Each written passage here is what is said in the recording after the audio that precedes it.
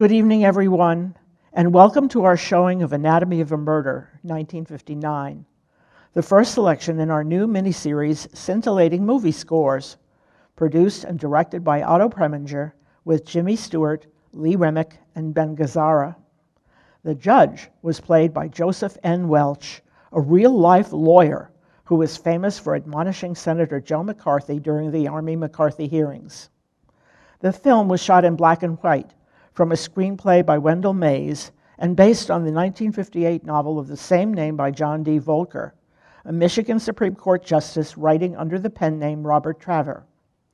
Volker described the case of his client, Lieutenant Coleman A. Peterson, who on July 31, 1952, shot and killed Maurice Chenoweth in Big Bay, Michigan.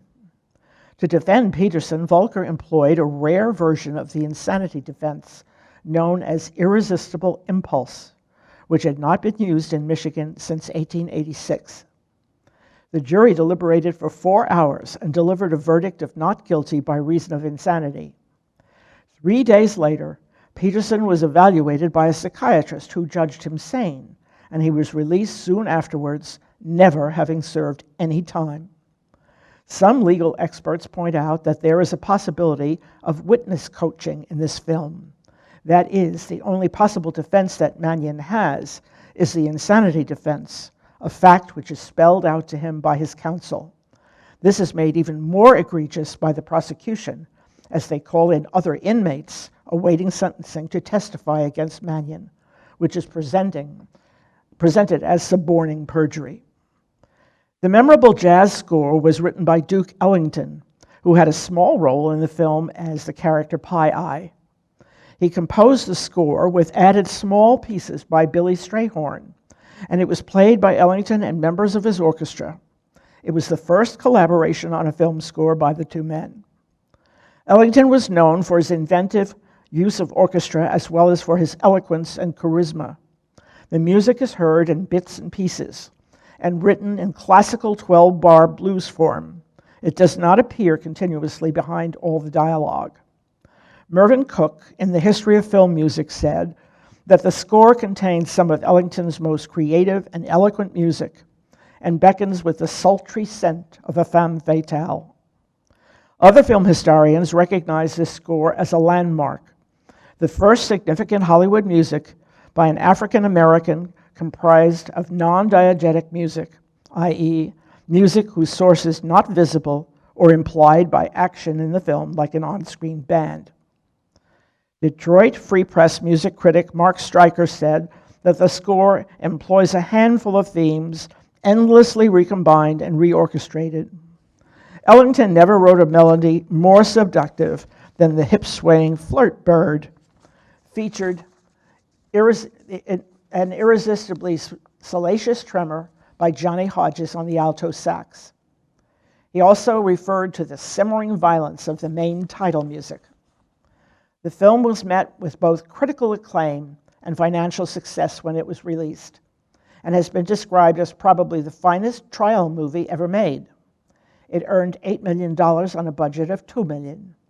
Bosley Crowther, writing in the New York Times, said the film was the best courtroom melodrama this old judge has ever seen.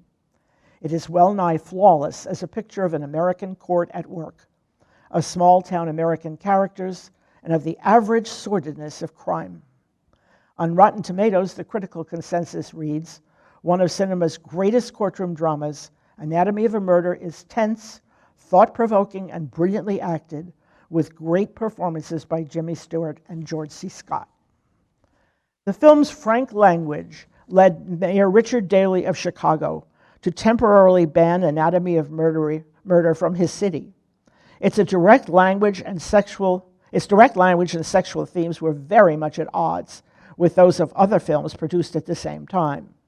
Preminger responded by filing a successful motion in federal court in Illinois to overturn the mayor's ban. The court ruled that the clinical language was realistic and appropriate within the film's context. It was the first time that words such as bitch, contraceptive, panties, rape, and spurn had been used in a mainstream movie. In another federal lawsuit in Chicago, the daughters of the real-life murder victim in the 1952 case sued Dell Publishing and Columbia Pictures in July 1960 for libel over accusations that the book and movie followed the actual trial too closely and portrayed the two women in an unflattering light. That suit was dismissed 1 year later.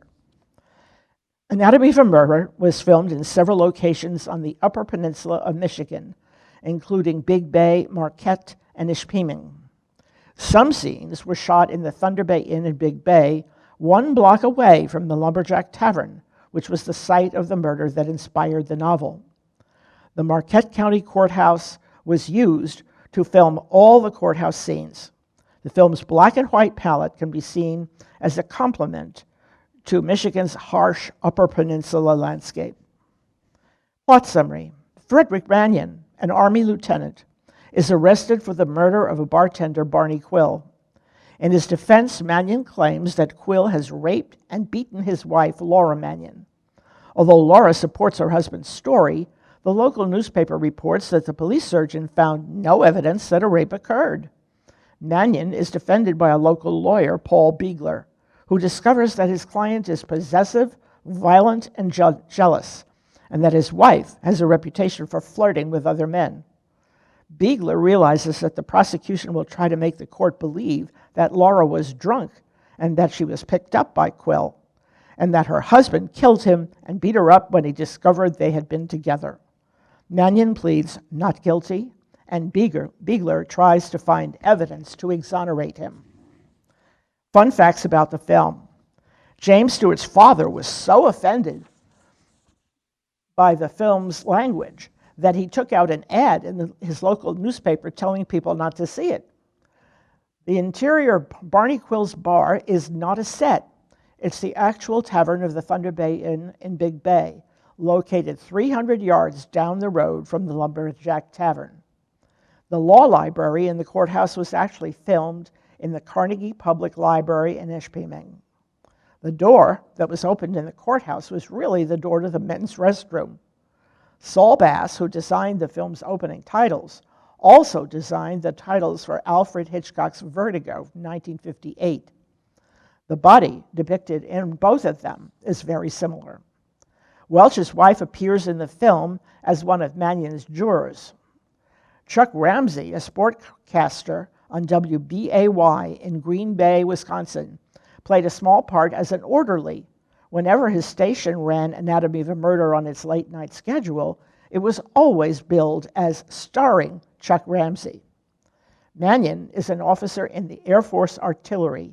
His dress uniform shows that his decorations include the Silver Star, the Bronze Star, and the Purple Heart.